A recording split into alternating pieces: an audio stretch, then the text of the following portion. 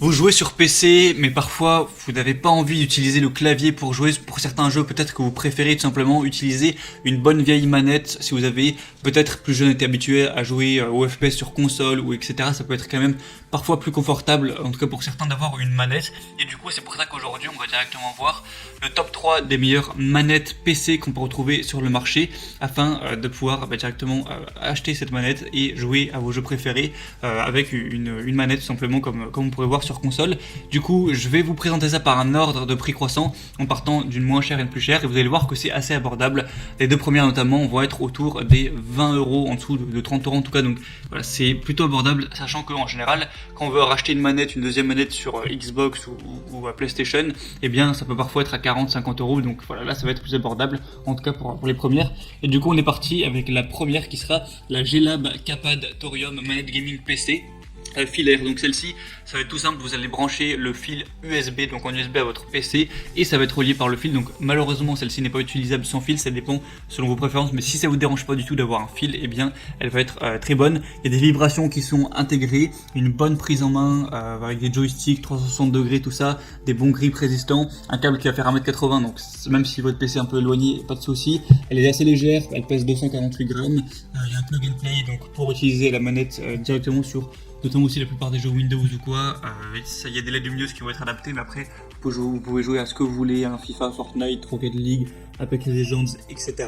Vous pourrez aussi l'utiliser sur PS3, même si la PS3 franchement ça commence à dater, sachant que la PS5 vient de sortir, donc c'est toujours un bonus, mais bon, ici on est plutôt là pour l'utiliser sur PC, et par contre elle sera pas compatible sur Xbox One, PS4, PS5, etc.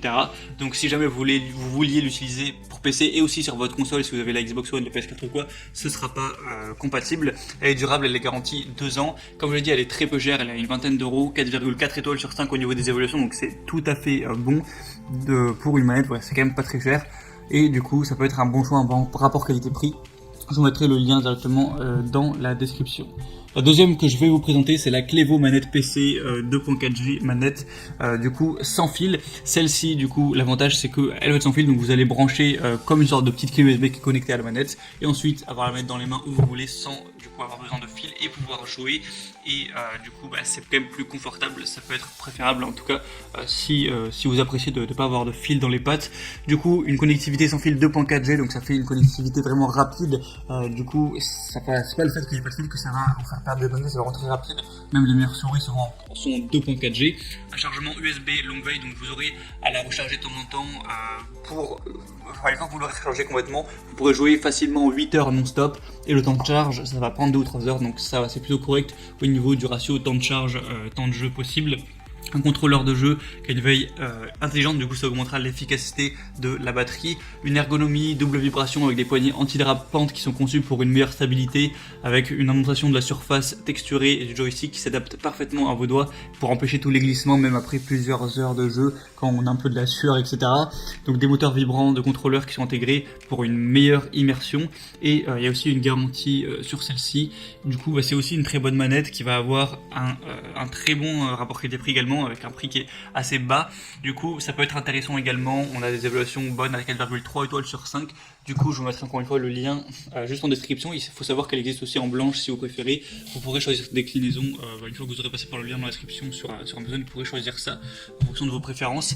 Et la troisième qu'on va voir, ça va être la Microsoft manette tout simplement de Xbox One sans fil, avec un câble pour PC. Du coup celle-ci forcément vous pourrez l'utiliser sur Xbox One, mais également du coup sur votre PC si vous avez, c'est hyper pratique si vous avez à la fois une Xbox One et à la fois un PC sur lequel vous jouez.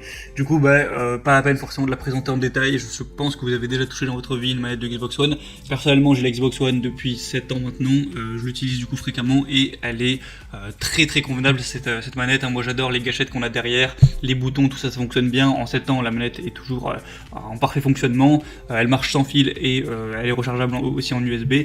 Donc voilà, franchement rien à dire, forcément c'est une manette un petit peu légendaire. Donc le bémol ça va être simplement qu'elle va être beaucoup plus chère. Donc là c'est Microsoft, ils se sont fait un peu plus plaisir sur les prix, donc vous pourrez pas l'avoir à 20 euros quoi. Mais si vous voulez investir un petit peu là-dessus, ça peut être un bon choix. De son, je vous invite à essayer une manette de Xbox One, et vous saurez de vous-même si vous appréciez ou non. Du coup, ben voilà, ça peut être aussi un choix.